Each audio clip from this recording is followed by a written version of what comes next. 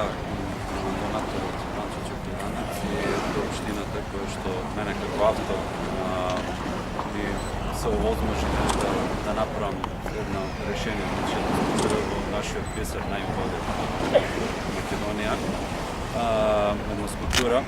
Значи скулптурата, кој што знаете, е паќач на крст, кој што тоа е еден христијански херој кој што сите сме присутни, или го гледаме самото случување, знаеме колку е возвишен тој лик.